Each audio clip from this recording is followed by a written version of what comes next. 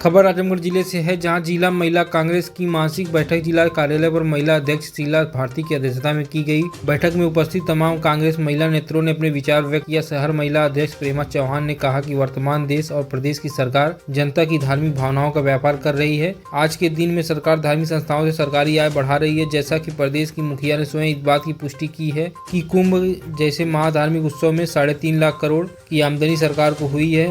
महिला अध्यक्ष शीला भारती ने कहा कि सरकार धार्मिक संस्थाओं पर कुठाराघात कर देश की स्वतंत्रता को छीन रही है। ताजा उदाहरण देश बाबा भीमराव अंबेडकर द्वारा बनाए गए संविधान, जिसमें स्वतंत्रता की हनक की, उसमें अधिवक्ता कानून को बदलकर कानून हित में आवाज उठाने वाले अधिवक्ता की जवान पर ताला लगाने का कार्य कर रही है। दूसरे समाज का भारी नुकसान, स्वतंत्र संविधान का भारी नुकसान होगा। यदि सरकार अपना निर्णय नहीं बदलेगी तो महिला संविधान बचाने के लिए गाँव-गाँव सड़क पर उतरने को तैयार है। इस अवसर पर प्रमीला चौहान, सबा खान, सीमा शर्मा, मनीता यादव, मंजू सावित्री, मिथिलेश पांडे, मीना देवी आदि लोग उपस्थित थे।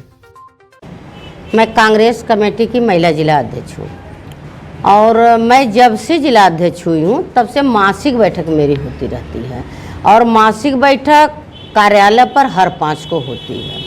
और जितनी मेरी ब्लॉक अध्यक्ष महिला हैं, जितनी जिले कमेटी की महिलाएं हैं, सारी महिलाएं आती हैं और मासिक बैठक में हम लोग एक रणनीति तय करते हैं।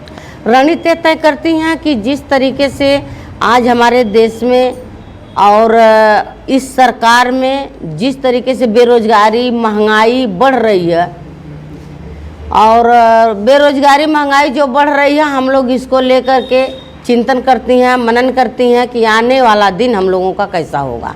हम लोगों का तो बीत जा रहा, हम लोगों के आने वाली भविष्य कहीं फंस तो नहीं न जाएगी इस महंगाई बेरोजगार से लेकर के। और पहली बात, और दूसरी बात हम लोग ये भी कहना चाहती हैं, आज जो हमारे भारत का सबसे बड़ा जो कानून व्यवस्था है और हमारे भारत में जो बुद्धिजीवित माने जाते हैं, जो अधिवक्ता होते हैं, वकील संघ, इन लोगों की जो स्वतंत्रता है, जो इन लोगों की आज़ादी थी, वो भी हमारे भारत सरकार के लोग इनकी आज़ादी को छीनना चाहते हैं। हम लोग चाहते हैं कि जो वकील संघ स्वतंत्रता थी वो उनका बरकरार रहे, उस पर कोई रोक न लगावे, कोई संक्षेप न करे, वो लोग स्वतंत्र हैं, स्वतंत्र रहें। जैसे इस तरीके से संविधानिक जो संविधान के तहत बन गया है उसको ये लोग न मिटावे तो अच्छा रहेगा। और दूसरी बात है, हम ये भी कहना चाहेंगी कि ये सुनने को मिला है कि जो 2 वकील लड़ाई लड़ते हैं तो पक्ष विपक्ष दोनों लोग लड़ते हैं, तो वकील तो भाई दमदारी से लड़ता है मुकदमा कि हम जीते।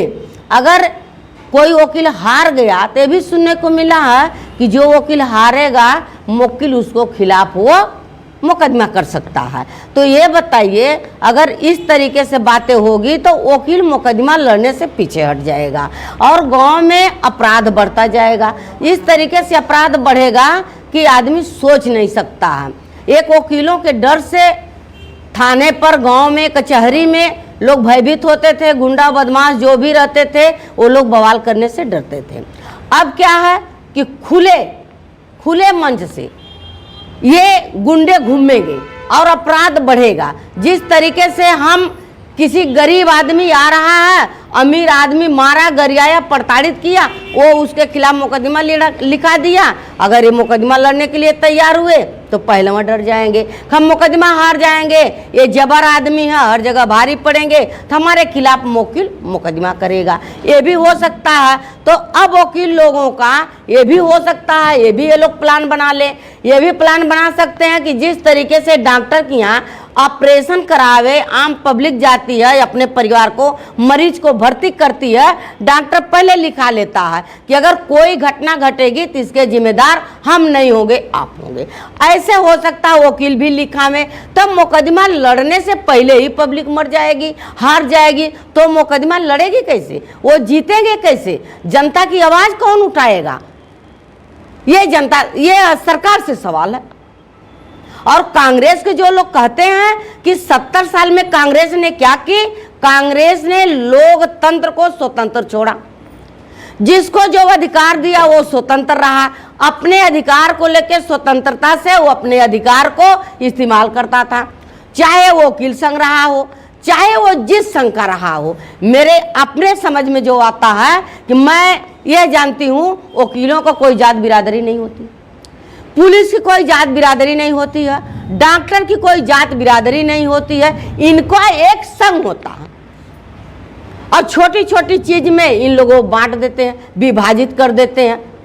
ये गलत है। ये सरकार से हम लोग मांग करेंगे कि स्वतंत्रता और आज़ादी को बरकरार भारत में रहने दें, भारत को गुलाम बनाना न चाहिए।